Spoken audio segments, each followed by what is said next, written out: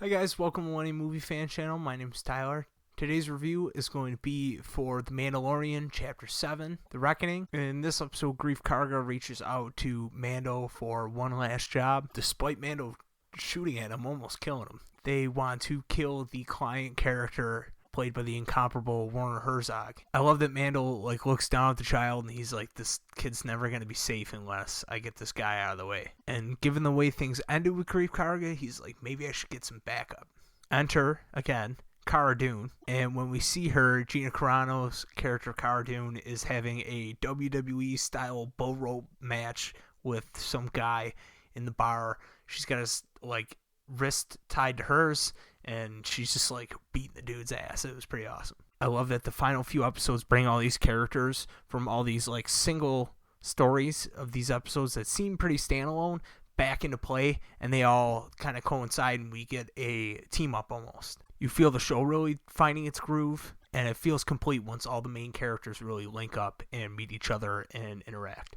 I like that they use the slang imp to describe Imperials. That's a little detail that is usually used in books, comics, and all other kinds of media, and never really the movies or the shows or the other movies other than what George Lucas worked on or people that were within the know. That's a really Star Wars-y thing to put in there, and I love that Jon Favreau and Dave Filoni and all the people making the show know to use that. It's pretty inside baseball. They go back to visit Quill, his little Ugnaught friend that has helped them in past episodes, and through exposition we find out that Baby Yoda isn't a clone exactly, or at least he believes so. And we also find out that he reprogrammed IG-11 to be good and look after the child, which was awesome. It gives Mando a droid to have to cope with and deal with and work with again to help him get over his hatred of droids. They do another Rocky training montage type thing with IG-11 where he's learning to function again after being blown apart.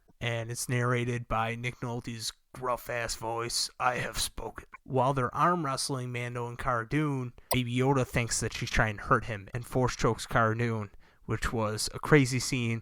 And it also might be alluding to something down the road. I think Rebels alluded a little bit to Ezra turning to the dark side, which really just kind of led to nothing. So I hope that this at least comes back into play, and that maybe even if the Force-sensitive baby doesn't go to the dark side, it's at least a hint that the baby is picking up on everything. Because we see that in a later moment in the last episode where the baby was watching when Mando torches that guy with the flamethrower. And they kind of made a point to show that, where the baby was looking and he kind of turned out of the way, but the baby is seeing all this violence going on around it, and that's going to have an effect on a child. So I hope that that comes back into play in future seasons and that we actually see that develop into something.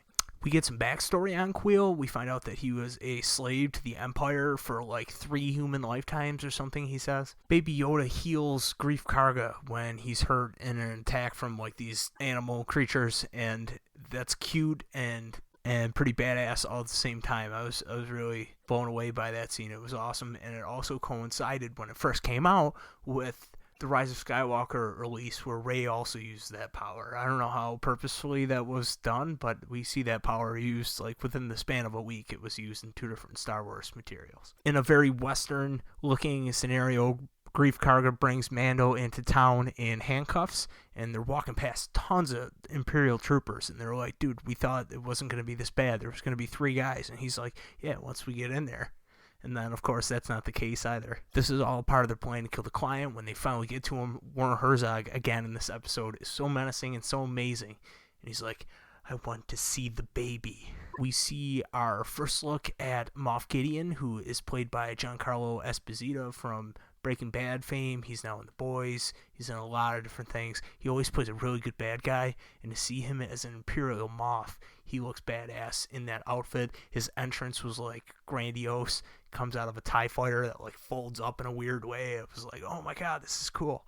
Werner Herzog's character gets murked through the window. They just kill this dude straight up, it's fired upon, firing squad style. And there's a squadron of death troopers and a whole battalion of clones just roll up on the guy outside of this little building that they're in. And of course, Quill dies in this episode, which was sad. The scout troopers on the bike roll up to him and take him out.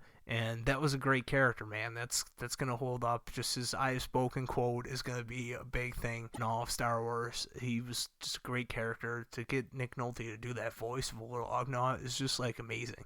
And it was awesome to see like one of those weird side aliens from Empire Strikes Back as a character that we were all falling in love with in this first season of the show. And the character served its purpose, so I was okay that he died, but I mean, he could have been a main part of the show. Mando even offers him to be part of the crew, so I could have saw that easily, but I liked that they had him killed and what it does for the other characters that are more the main focus, like Mando. I think it was the right decision. But that's my review for this episode of The Mandalorian, Chapter 7, Reckoning. I hope you guys enjoyed. If you like this video, if you like the episode, make sure you give me a thumbs up down below. Hit the like button and share this video around all your friends and family on Facebook, Twitter, all different social medias, and that really helps out the channel.